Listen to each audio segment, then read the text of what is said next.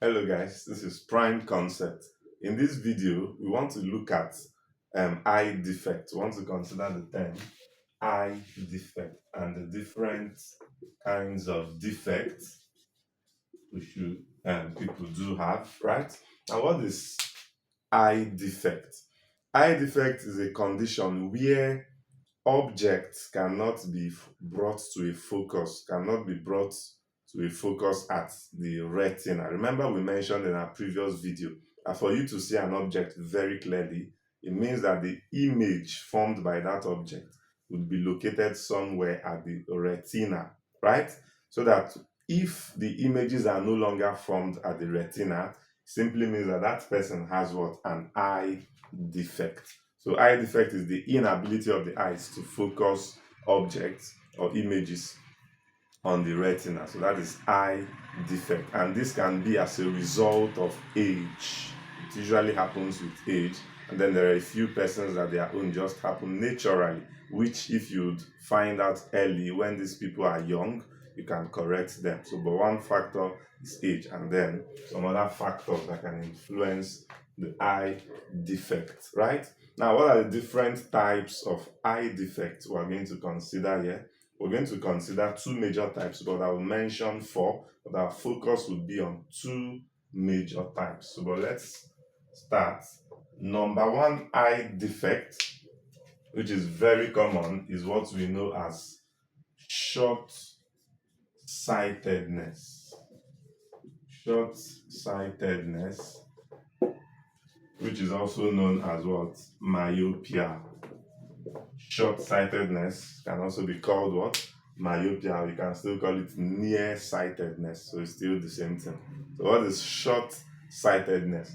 Short-sightedness is a phenomenon, or is a condition rather, is a condition whereby images are brought to a focus somewhere in front of the retina. So that is short-sightedness. It's a condition whereby rather than images being formed on the retina, they are formed somewhere in front of the retina because the focal length of the eyes is actually located in front of the retina. And the reason why the focal length is located in front of the retina instead of on the retina is because for a short-sighted person, the eyeball is usually too long. The eyeball is too long. Then the focal length would now be located somewhere in front of the retina. And that is where the images would now be formed at the focal point rather than at the retina, right? So that is short-sightedness. So we say that this is as a result of the eyeball being too long, or you can say that the eye lens is actually being too converging. The eye lens is too converging so that before the image gets to the retina, the eyeball that is being too convergent has already converged it somewhere in front of the retina. So I believe this is clear. Now let's look at what happens. So this is a defective eye. So this is an eye that has a short, or that is short-sighted. So this is a defective eye. Now let's look at what actually happens here. The retina is somewhere around here. So this is where we have our retina, somewhere around there. Now, if light rays from an object enters through the eye lens, when it gets to this point, what happens is that they would go, the eye lens, because it is a convex lens, it would converge it. So you then notice that the rays would meet, converge at a certain point before they get to the retina, right? So since they don't get to the retina before converging, it means that this image, when this person is looking at this object, it would appear blurred to the person. The person can't see them very clearly. So that is why we say that the person is what? Short-sighted. And for a short-sighted person, that person has a problem with seeing objects that are very far. You can see something that is close, but when that thing becomes far, you can no longer see it. So a short-sighted person is a person that can only see close things, but you cannot see distant what? Objects. The reason is because the image of those objects are brought to a focus in front of the retina, right? Yes. Now, it is because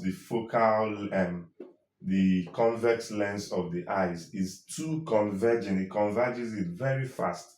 Or you can say that the eyeball is too long. That is the reason why this person suffers from short sightedness. Now, how do we correct this challenge so that rather than this forming at this point, it would come to the retina? In order for you to correct this, we use the concave lens, which is also known as what? As a diverging lens. So to correct short-sightedness, the concave or diverging lens is used. Now let's see what happens when we introduce a lens. This is the eye. This is the eye. Now if we give that person glasses, eyeglasses, which is actually made of concave lens, you would notice that when rays from an object, when they enter, they would first hit the glasses that person is putting on, which is a concave glass. Now, instead of it converging, remember the concave lens is a diverging lens. So what the concave lens would do is that it would diverge it, so that once it hits your eye lens, it will now begin to converge, so that before it converges, it would have reached the retina. So this would first of all diverge this, so that when it enters here again, it will now start converging. So it will now eventually converge at the retina. So this is how short-sightedness can be corrected using a what? Diverging lens.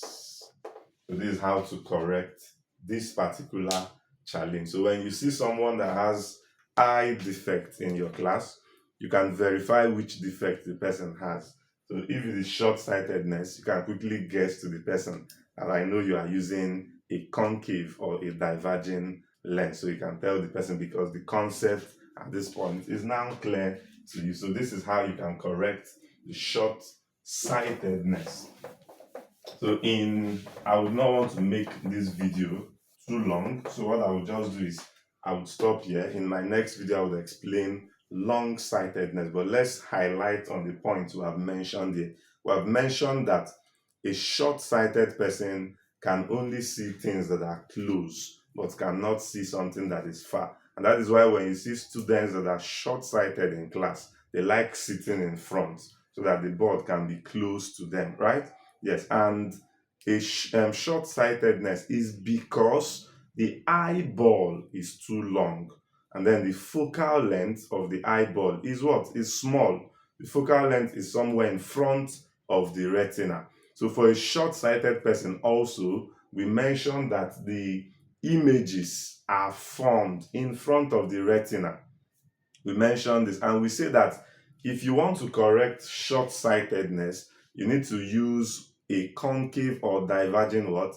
Lens, so that the concave lens can diverge it, and then when it enters your eye lens can begin to converge it, so that it would eventually converge at the retina, and then it can be seen clearly by the short-sighted person. So I believe at this point, this concept is clear. Thanks for watching. This is Prime Concept.